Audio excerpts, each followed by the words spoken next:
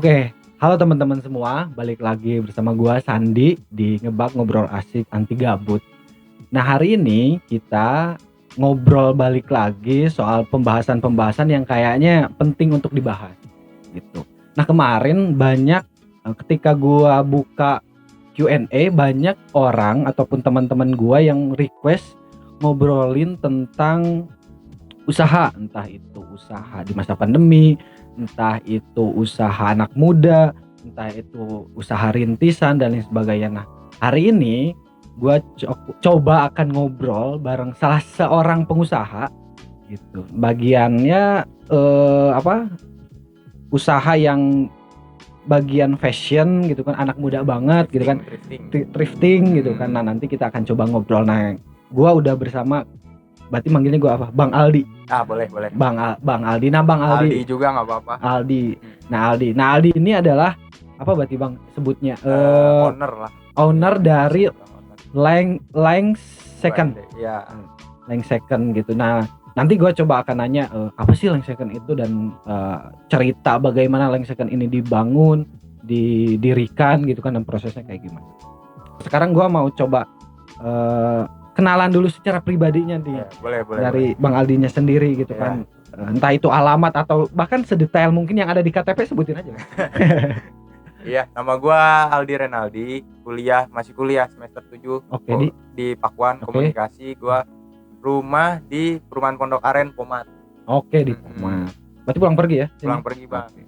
Pulang pergi. Jadi teman-teman, di Lang Second ini sendiri alamatnya di mana Bang? Di Jalan Cilet, Pakuan, Bogor. Oke, berarti dekat kampus ya? Dekat kampus. Jadi kalau gua umpama jam pagi ada di toko, siang mau ke kampus, nggak ngegrol aja Bang, deket gitu kan. Benar. Jadi kuliah jalan, usaha jalan ya, gitu. Sambil gitu. Jadi bukan nggak ada waktu kosong, artinya waktunya efektif semua ya Bang. Di kampus efektif, di usaha juga efektif. Tapi ada pertanyaan yang sering gua kasih untuk awalan setiap narasumber di tengah kondisi sekarang. Bang Aldi, gimana usaha di masa pandemi ngaruh nggak sih? Sebenarnya ngaruh sih Bang. Cuman balik lagi ke kitanya kuat gak ngejalaninnya gitu kan. Karena kan sekarang udah banyak metode kayak online, kayak live streaming jualan juga udah ada. Jadi kalau memang untuk yang datang ke toko kurang, kita online tetap jalan. Jadi alhamdulillah masih ke backup lah gitu. Cuman kalau mau disamain kayak normal ya nggak bisa. Gitu. Artinya kalau disebut ngaruh nggak ngaruh ya. Ngaruh. Cuman tinggal bagaimana kita untuk mensiasatinya berarti. Betul. Oke, nah artinya sebagian ataupun banyak orang atau narasumber yang gua tanya tentang entah itu kemarin dari komunitas, entah itu dari profesi-profesi lain, ya ternyata semua aspek ternyata berpengaruh ya pandemi ini. Nah Bang Aldi, umur berapa Bang?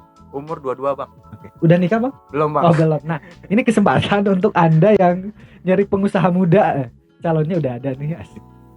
Nah Bang Aldi ini owner dari Lang Second. Lang Second. Nah gue mau tahu dong atau kasih tahu nih teman-teman Lang Second itu apa sih dan bagaimana sih proses lu ngebentuk Lang Second? Pertama-tama untuk perkenalan si Langs ini kan, Lang Second ini Langs 2ND itu barang second Bang. Kalau si Langs ini dulu kan gue dipanggilnya Lang. Cuman itu panggilan diri. Zaman SMP tuh Lang. Ya udahlah, gue bikin nama toko online. Gue kan dulunya belum punya toko gini Bang, online doang, main di Facebook dulu, zaman Facebook belum ada Instagram. Ya udahlah, buat nama Langs 2ND itu nyiriin bahwa yang gue jual itu barang second. Gitu. Jadi kalau proses perjalanan awal sih kita lebih fokus ke pakaian sih, lebih ke pakaian. Sepatu ini baru sekitar 3 tahunan gitu Bang. Alhamdulillah sampai sekarang kita udah bisa ke pusat pengambilannya Bang di Thailand gitu. Jadi ngambil barang langsung ke Thailand, nggak kan banyak orang ngambil ke orang Indo lagi. Kalau gua alhamdulillah udah sampai ke pusatnya di Thailand.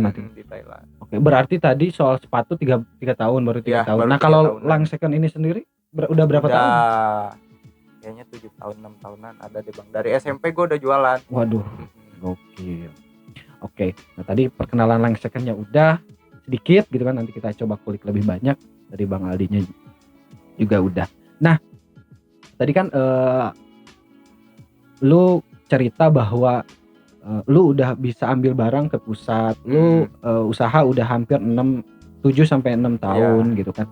Nah, gue mau nanya hal dasar yang sebenarnya mungkin itu pernah lu alamin, kayak apa sih titik dimana lu mutusin gue mau usaha ini deh, gue mau buka Lang Second deh. Apa sih titik itu? Karena kan gak mudah juga dulu misalkan SMP ataupun masih muda lah untuk mutusin kita emang survive buka usaha gitu kan. Banyak anak muda yang pengen ya udahlah main aja dulu gitu dan lain sebagainya. Nah itu titik apa sih yang buat lu mutusin kayak gue buka nih? Jadi pertama mah gue kayak pakaian gue sendiri bang, kayak zaman sekolah tuh masih pakaian sendiri, terus gue tawarin ke temen, gue posting di Facebook, ternyata laku kan. Terus feedbacknya lumayan juga. Terus kesini-sini orang tua kerja di Palembang, terus pada pulang juga ke Palembang kan. Jadi gue sekarang sendiri nih bang. Oh di sini? Di Bogor sendiri, di rumah sendiri. Ya udahlah, gue pikir lumayan juga gitu pendapatan buat ya gue mau ngapain ada lah. Gitu. Oh iya benar. Berarti ya itu muncul dari diri lu sendiri, dari diri sendiri. Jadi kalau buat banyak orang nanya tuh, gua punya duit nih, gua pengen usaha. Orang ngomong kayak gitu anak muda. Sebelum lu mau usaha lu niatin dulu gitu. Bener. Apa yang mau lu usahain, apa yang mau lu bisnisin. Kalau udah niat lu udah 100%, kalau memang belum jangan. Buat apa punya duit tapi belum punya niat gitu. Oh benar. Banyak jadinya berhenti setengah jalan ya, gitu. Benar. Karena banyak juga orang gitu kan sebenarnya nggak punya keterbatasan, uang ada gitu kan, terus emang kayak teman-teman banyak, tapi kalau niatnya nggak kekumpul kan artinya selalu yang dicari itu alasan-alasan biasanya kan. Betul. Selalu ada aja alasannya itu, entah ini nggak ada inilah nggak ada itu, padahal kalau niatnya emang udah bener kan biasanya ya. Contohnya lu sendiri ya, artinya basicnya emang kemauan dari diri gitu kan. Ya dari awalnya cuman baju-baju sendiri gitu kan, ternyata dijual laku juga. Terus kalau misalkan dari pengalaman lu buka usaha emang langsung gini apa prosesnya panjang bang? Nah itu gimana? Dari event ke event motor, bazar segala macem gue jualan. Itu sendiri apa sama teman? Gue ini kan silang sini sendiri, cuman temen gue ada jualan juga beda nama. Jadi gue bareng tuh, misalkan ada event motor di Jakarta, gue berangkat dalam satu booth berdua. Gitu. Oke, jadi satu kayak misalkan event tuh satu booth, tapi dua brand gitu ya? Dua brand. Bang. Ya, berarti lu berangkat misalkan pagi gitu, itu ngalamin berarti? Kadang jam 1 malam bang, belum tidur, berangkat sampai loading, kan namanya loading event tuh rame. Pasti orang juga ngerias si booth-boothnya sendiri kan, wah parah deh itu, kayak macet tahun baru. Mau masuk ke tempat acaranya susah gitu. Sampai ke pagi, taunya pagi udah gua harus jualan lagi gitu. Kadang nggak tidur seharian, baru besok malamnya baru bisa tidur gitu kan. Kalau acara 3 hari 2 hari gitu. Luar biasa, berarti lu ngalamin di mana ya perjuangan pengusaha itu ya, maksudnya kayak dari awal gitu kan, dari rintis hal-hal kecil, ikuti event-event dan lain sebagainya gitu kan. Artinya teman-teman jangan cuma lihat sekarangnya ya, tapi lihat proses ke belakangnya. Ternyata Bang Aldi ini juga prosesnya panjang juga gitu. Jadi nggak sekonyong-konyong jadi aja dia punya toko gitu. Bahkan mungkin tadi join sama temennya juga. Teman, alhamdulillah sekarang udah bisa sendiri, udah punya ya ada yang bantuin lah gitu sekarang. Oke, tadi kan ya prosesnya cukup ya lumayan panjang juga. Nah, untuk Lang Second sendiri punya toko ini sekarang ini udah berapa tahun? Apa emang dari 7-6 tahun kemarin? Enggak, ini baru jalan 2 tahun bang. Oke, berarti sebelumnya online doang kita. Jadi rumah gua tuh ada satu ruangan, gua bikin kayak toko lah gitu. Jadi masih home store lah bisa dibilang gitu. Berarti basicnya emang awalnya di online dulu ya? Online bang. Online. Jadi ya sekarang mungkin udah alhamdulillah ya udah buka toko. Nah kalau misalkan ini sendiri lu mulai punya jaringan emang barang-barang second ini, tapi gue lihat ini di sini ya emang sih second, tapi kualitasnya kayak emang baru sih. Iya. Gue lihat. Nah itu lu punya jaringan itu bangunnya dari mana sih? Kalau itu kan kayak contohnya aja satu kayak sepatu, gue langsung datang ke Thailand, jadi langsung select. Lu ke sono? Langsung ke sana bang. Alhamdulillah. Pertama gini ceritanya, gue pengen jualan sepatu, karena kan sepatu tuh untungnya lebih jelas bang, beda sama kain. Kalau sepatu ya udah contohnya nominal 100 ya udah 100, gak kayak jaket. Kadang jaket itu 20.000 sampai 30.000 kalau nggak laku harus diputar. Kalau sepatu tetap Oke. tetap pasti selama-lamanya gak bakal turun harganya kalau sepatu. Jadi pertama gua ke Batam, nyampe Batam kata anak Batam, ngapain lu ke Batam? Di Batam tuh udah tinggal yang jelek-jeleknya aja, lu ke Malaysia sana. Balik lagi gua dari Batam itu kan belum punya paspor, Bang. Ceritanya belum punya paspor. Ya udah, gua balik bikin paspor, berangkat lagi gua ke Batam, janjian sama anak Batam itu, diantarlah gua ke Malaysia. Udah bikin paspor tuh. Di situ gue belanja, terus dikasih tahu jalur cara masukin barang ke Indonya kan. Udah tahu, kata si pedagang yang di Malaysia, lu kalau mau nyari barang lebih banyak lagi langsung ke pusat gua aja, toko pusat gua di Kuala Lumpur. Baliklah gua, berangkat lagi ke Kuala Lumpur. Balik lagi Indonesia dulu. Ke Indonesia dulu. Udah berapa bulan gue pengen belanja lagi. Udah lu kalau misalkan mau selek langsung lu datang ke toko gue yang di Kuala Lumpur. Datang gue Bang sampai 2 kali. Ternyata gua kan pasti ada pemikiran gini. Ini orang dapat sepatu banyak bagus-bagus dari mana? Gue pengen tahu gitu.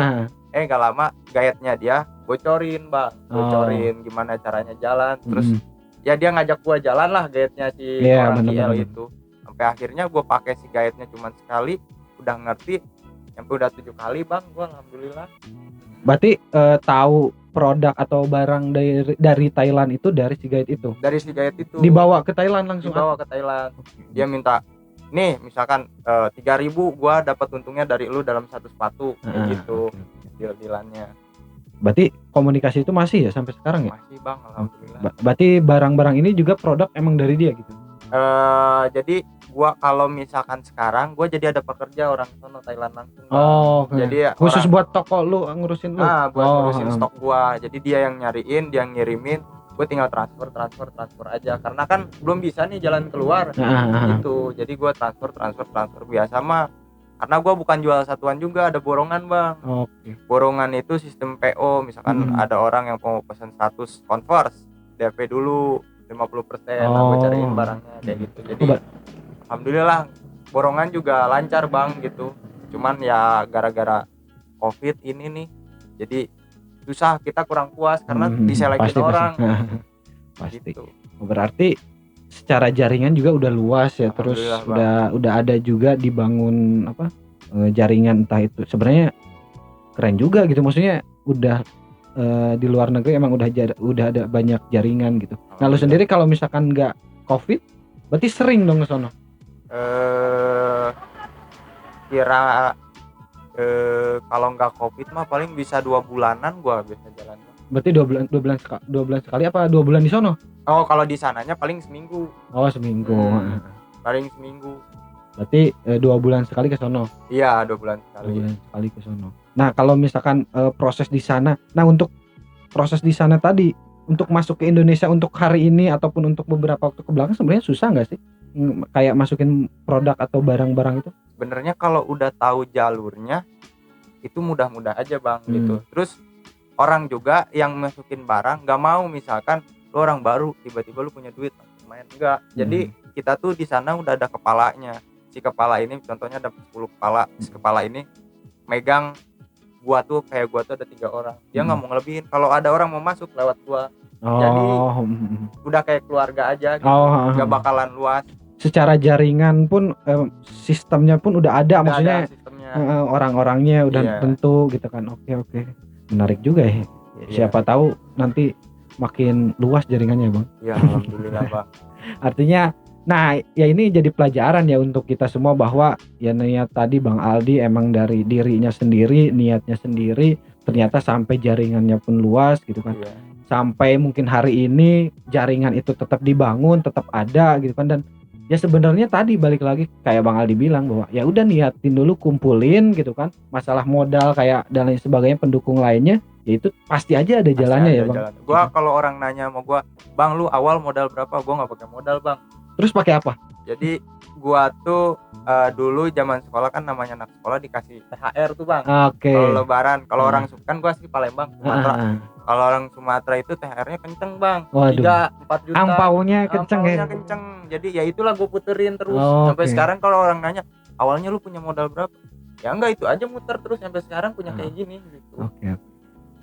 Nah, jadi Bang Aldi ini ternyata dari SMP tadi bilang bahwa senang dagang. Nah, kalau misalkan dagang ini sendiri biasanya gitu kan, ada lah keturunan-keturunan dari Bang Aldi sendiri, ada nggak Bang keturunan emang seneng dagang gitu, entah itu orang tua, kakek atau nenek gitu basicnya? Kalau orang tua petani bang, dua-duanya. Oke. Cuman ayah saya tuh sekarang udah, dulu masih zaman saya masih kecil lah dia masih petani. Sekarang alhamdulillah udah kayak udah ada yang ngurus-ngurusnya bang. Jadi Oke. basicnya semua petani sawit sama kelapa. Oke. Kalau orang Sumatera kan masih banyak kebun-kebun gitu Iya bang. sih. Sawit Kalimantan, Sumatera itu kan sawitnya lumayan. Ya berarti ya intinya pengusahanya tetap ada lah ya, Iya, maksudnya pengusahanya dari ada. orang tua gitu kan.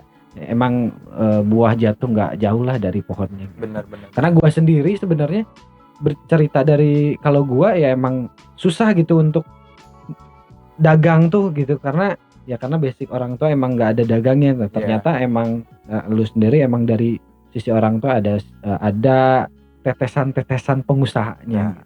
Gue senangnya lebih ke jual diri sih bang. Maksudnya kayak gini kan, ini ngejual diri gitu kan. Benar. Kalau produk ini gue nggak ahli sih sebenarnya, masih belajar. Gue harus belajar nih sama Bang Aldi gitu. Jual produk dan lain sebagainya. Nah untuk sekarang balik lagi berarti ya sebenarnya cara jualannya itu kayak lu sebelum punya toko online tuh menjadi sesuatu yang emang jadi senjata utama gitu kan. Karena kan kalau misalkan sebelum ada toko emang online tuh, buka toko ya minimal ada 2 senjata nih, toko sama online. Nah untuk sekarang berarti balik lagi kayak kemarin berarti ya? Iya betul. Lu pakai medianya apa aja, dan cara lu jualan di media sosial untuk nge-guide anak muda itu, khususnya misalkan nge-branding lu beli second tapi emang kualitasnya bagus, itu gimana sih? Kebetulan memang kalau pedagang sepatu second memang fokusnya di sepatu cuma gua doang bang di Bogor. Jadi masih nggak banyak lah. Jadi orang ingetnya kalau nyari sepatu second ya pasti ke sini. Kalau pakaian udah banyak. Terus gua media untuk jualan pakai Instagram sama Shopee. Nah, kalau Instagram biasanya kalau pagi nih baru buka toko, sounding dulu. Oke, silahkan yang mau ke toko gini kayak gitu. Gitu aja sih, alhamdulillah bang, lancar-lancar aja.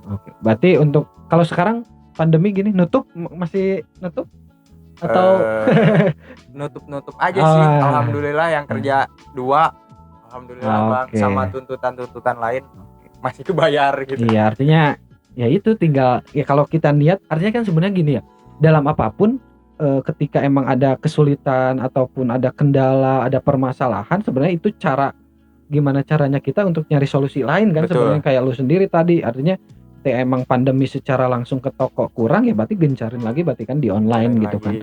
Nah untuk lu sendiri masarin produk ya tadi, produk buat anak muda ini kan, nah ini pasti kan anak muda ya pasarnya ya. Nah itu gimana sih cara meyakinkan mereka bahwa ya tadi ini barangnya emang second gitu kan, tapi ya tapi tetap bagus, original, dan lu ya bisa pakai gitu. Itu gimana sih cara lu sampaikan pesan itu gitu? Iya, kayak tagline dari Instagram kita juga untuk sepatu kita pasti original. Terus kalau memang ada minus kayak sobek atau jebol bisa di refund bang. Bisa di refund. Itu gimana maksudnya?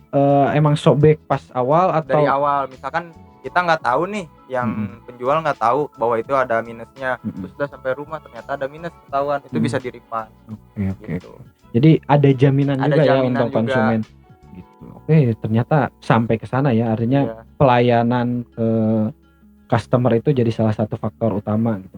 Nah, lu pernah nggak sih ada di posisi ketika udah usaha nih, entah itu ketika buka toko, posisi di mana entah itu dalam tanda kutip turun banget, artinya entah itu misalkan permasalahan toko, entah itu permasalahan pribadi yang dimana ke bawah lah gitu, dan ya lu berarti ya harus survive dan mutusin ya gua harus tetap bertahan dan lain sebagainya. Pernah nggak sih ngalamin posisi kayaknya sih kalau dalam dunia usaha pernah ya, kayak tinggal ya mungkin pengalamannya aja yang berbeda-beda, karena kan dalam setiap, kalau gua nggak salah gitu kan, teman-teman gua yang usaha pasti pernah lah ngalamin di mana titik paling rendah, dan disitulah dia mutusin buat entah itu tinggalkan atau maju terus. Nah lu sendiri pernah nggak sih? Pernah bang, gue pernah ngalamin. Gue kan kayak gini juga tetap harus bayar pajak lah. Kayak gini ada pajaknya, apalagi gue sering keluar negeri, terus cukai ya, gue jadi ada MOU sama cukai juga, tapi di luar kantornya bang. Jadi gue setiap per trip ada setoran lah kayak gitu. Mm-mm. Terus sempat ketipu bang sama Ketipu? cukai itu, ternyata itu bukan cukai. Oke, Wah, calo pernah itu ya. calo gitu bang, pernah sempat ketipu sampai wah kayaknya toko habis nih soalnya Sorry, kalau boleh ketipunya itu berarti material duit. duit bang Sampai berapa? sampai 120 juta. Gokil. Aduh, saya 120 mending beli juta. rumah. Wah, itu kalau gue sih waduh berat amat ya. Iya bang, Nah, itu sampai, cara lu ngatasinnya ataupun prosesnya itu gimana? jadi situ gua memang lagi naiknya jual borongan. Oke. Gua ke Thailand itu bawa uang sekitar setengah M ke Thailand. Itu tuh bukan duit gua bang, yang gua bikin pusing tuh itu bukan duit gua. Putaran gitu Duit ya. putaran, ada orang yang mau PO kan, yang mau PO itu bayar 50%. Itu duit orang kan. Kalau borongan kita tipis-tipis lah, tapi lumayan. Nah di situ dia minta pajak mau sekali 2 trip bang bayarnya. Oke. Dia ngomongnya kayak gitu, dan lu gak dipermasalahin buat mau langsung hand carry itu. Jadi gue bawa barang langsung di pesawat itu nggak dimasalahin. Gue biasanya beda barang sama orang beda. Kargo gitu ya maksudnya, ya, kayak maksudnya kargo gitu. Nah dia berani ngejamin kayak gitu sampai surat-suratnya lengkap. Gue percaya aja dong. Ternyata pas gue telusuri itu duit udah masuk di dia, ternyata itu penipuan. Lu sadar itu bahwa penipu itu gimana? Jadi gua udah bawa hand carry bang, gua udah kenanya double. Gua udah ada surat nih pas gua kena sama cukai. Ini gua udah ada surat, ini gua udah bisa masuk. Kata dia atas nama siapa yang izinin? Ini nggak ada orang ini. Gua sampai di situ kena lagi, gua keluar 35 juta, nebus gua, diri gua sama barang.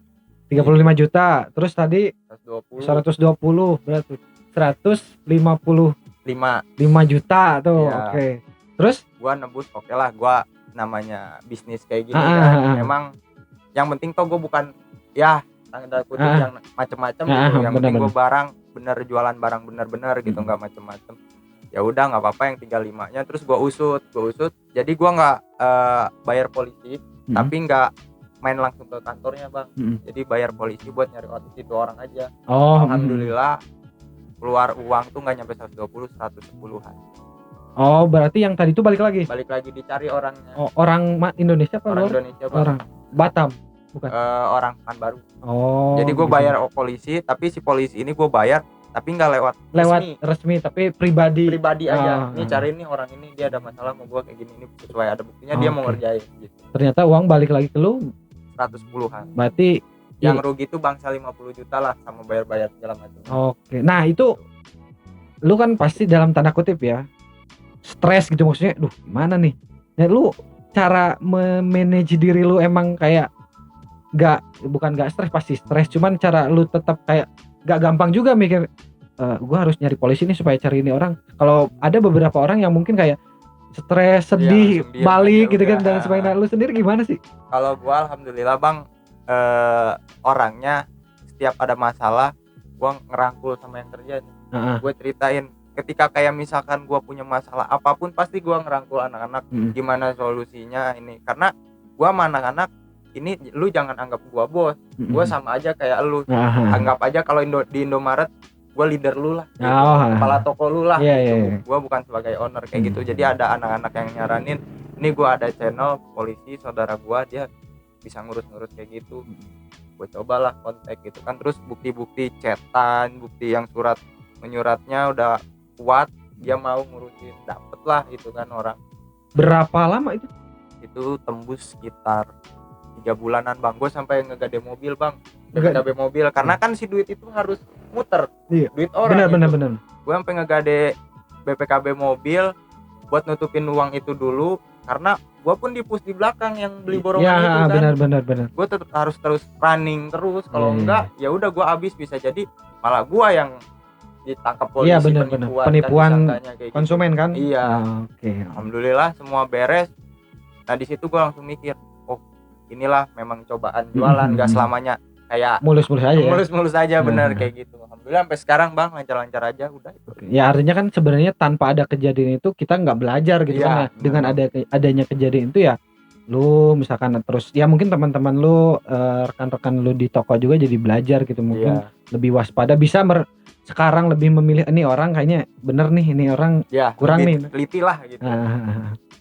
Itu orangnya sekarang maksudnya pas ditangkap berarti di penjara atau Enggak bang, damai. Dia gua bilang kalau dia mau balikin uang gua, oke. oke selesai gitu. Kalau memang dia nggak ngebalikin ya udah penjara. Oke. Berarti dia langsung balikin atau emang butuh waktu tertentu buat Dia 3 kali bang bayarnya. Oke.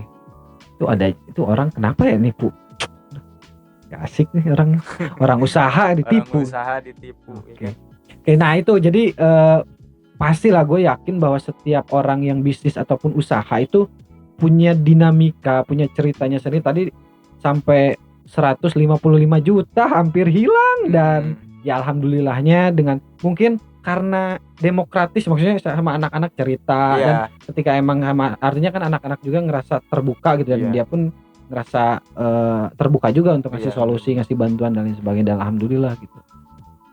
Nah itu jadi teman-teman yang mungkin hanya sekedar sekarang dalam tanda kutip rugi belasan ribu gitu kan, dilihat ini ratusan juta gitu, jadi tetap survive, tetap ya ini karena menurut gue salah satu ciri ataupun kita berkembang itu ya dari masalah gitu. Artinya kan setiap kita dapat masalah itu ketika kita udah selesai ya kita level hidupnya terus lebih baik lagi. Jadi tadi dari Bang Aldi pun ya, masalahnya ada dan menurut gua ya uang segede itu gitu kan, terus berat juga dan itu dipush dari belakang, dipush dari depan juga, maksudnya itu nggak mudah sih menurut gua.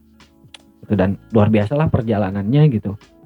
Dan sekarang lu sendiri gimana ngejalanin toko atau ada rencana ke depan, entah itu buka lagi atau ada cabang atau seperti apa dari rencana bisnis tuh, ada nggak, atau buka bisnis lain gitu? Kalau gua pengen ngembangin si ini tetap di sini sih, karena gua mikir gua kuliah itu ya buat punya ijazah, buat nikah gitu, ada tulisannya doang, branding diri. Sisanya gue mau bisnis aja sih bang, bisnis ini sih lebih ke sini. Terus pas kemarin tuh sebelum covid sebenarnya gue udah buka toko di Depok, di Margonda, sama kayak gini. Jadi pas itu tuh gue mau DP toko, gak lama tuh orang Depok ada yang kena covid itu kan, Indonesia lockdown, ya udahlah kata gue, cut aja dulu bu, gak apa-apa DP-nya angus. Udah DP berapa? 500.000 bang, gue janji besok 50% gitu kan, 50% dari harga toko. Ini DP dulu 500.000, besok gue bakal balik lagi, bakal nge-DP 50%, udah deal. Cuman gimana kalau misalkan gue posisinya lagi kayak gitu, gue pun gak bisa jalan buat nyari barang kan, bener. Kurang puas juga. Kalau minta urusin orang, ya orang itu bisa aja bohong untuk harga. Kalau kita yang datang langsung, kita bisa mainin harga. Kayak misalkan borongan yang harusnya 200.000, kita bisa campur dari harga 80.000, 120.000, 150.000. Kalau dia ya udah 150.000 semua. Iya. Gitu bang. Berarti kalau yang nanti itu yang di Depok ataupun di tempat lain mau tetap di follow up, maksudnya kayak ada rencana untuk emang ngelanjutin project di Depok itu? Alhamdulillah rencana mah pasti bang, beres covid ini, after covid ini rencana langsung lah gas kan gitu lah. Walaupun nggak tahu beresnya kapan. Nah itu dia. Ya mudah-mudahan kalau disebut beres mungkin kita nggak tahu, tapi mudah-mudahan ya situasinya lebih memudahkan ya untuk entah itu masyarakat, orang-orang bisnis, pengusaha gitu. Jadi ya mudah-mudahan cepat selesai lah. Termasuk sebenarnya gue juga sama anak-anak tim di sini soal covid berpengaruh karena kita ketemu orang pun harus, kalau orangnya emang nggak mau ketemu dulu sama kita misalkan karena situasi, jadi nggak bisa gitu. Dan alhamdulillah beberapa narasumber kita bisa gitu untuk kita ketemui, ngobrol dan lain sebagainya. Oke teman-teman, nah ini salah satu hal di akhir mungkin dari Bang Aldi. Bang, coba lu sampaikan kepada anak-anak muda yang pengen usaha dalam hal apapun, apa yang harus mereka punya, apa yang modal mereka, artinya tidak hanya sekedar material gitu kan, apa sih yang langkah awal apa untuk tetap bisa berusaha, terus modal apa yang harus mereka punya, dan proses apa sih yang pesan lu yang nanti akan mereka alamin ketika emang berusaha bisnis? Kalau menurut gua, lu kalau mau bisnis awal lu sukain apa yang lu sukain, bisa menghasilkan uang, itu pekerjaan paling enak. Apa yang lu suka menghasilkan uang. Nah kedua, lu harus tahu apa yang mau lu usahain, lu bener-bener niat, lu tekunin. Kalau soal materi itu ngikutin bang, menurut gua, karena value materi itu bisa diatur. Kayak misalkan lu mau jualan rokok, yang tadinya seslop tapi lu punya budget cuman setengah slop dulu nggak masalah kan, Iya, kayak gitu. benar-benar. Yang penting lu niatin dulu, lu jalanin, jangan sampai berhenti di tengah jalan, gitu aja. Nah itu teman-teman pesan dari Bang Aldi untuk teman-teman yang mau usaha ataupun Iya. sedang berusaha, terutama untuk anak-anak muda. Oke Bang, terima kasih banyak. Siap, Terus dulu, Bang. Bang. Nah, oke. Jadi teman-teman itu cerita kita, ngobrol kita hari Iya. ini berkat requestan teman-teman yang pengen obrolan tentang bisnis, entah itu bisnis di situasi Covid, bisnis anak muda dan sebagainya, kita hadirkan gitu, dan mudah-mudahan ini bisa menginspirasi teman-teman, ini bisa memberikan insight buat teman-teman untuk ya tetap survive, tetap berpegang teguh terhadap keputusan untuk berusaha gitu. Nah, oke teman-teman, untuk ketika ada masukan ataupun requestan pembahasan-pembahasan lain, teman-teman bisa kirimkan ke email kami, dan jangan lupa untuk dukung kita, like, comment, subscribe, and share channel Somehow, ya bantu-bantu dikit lah gitu kan untuk kita. Gitu teman-teman. Terima kasih banyak. Sampai jumpa di obrolan di podcast kita selanjutnya. Kurang lebihnya mohon maaf sekali lagi Bang. Mohon Siap. maaf ganggu nih waktunya. Santai, Bang. Ganggu di tokonya nih, Enggak gitu apa-apa, kan. Nah kayaknya nanti kita komunikasi ada lebih dari sekedar obrolan ini. Kayaknya gue kayaknya ada yang pengen dibeli nih, asik. Wih, mantap. Nanti tapi nunggu duitnya ada. Oke, makasih banyak. Terima kasih teman-teman. Sampai jumpa.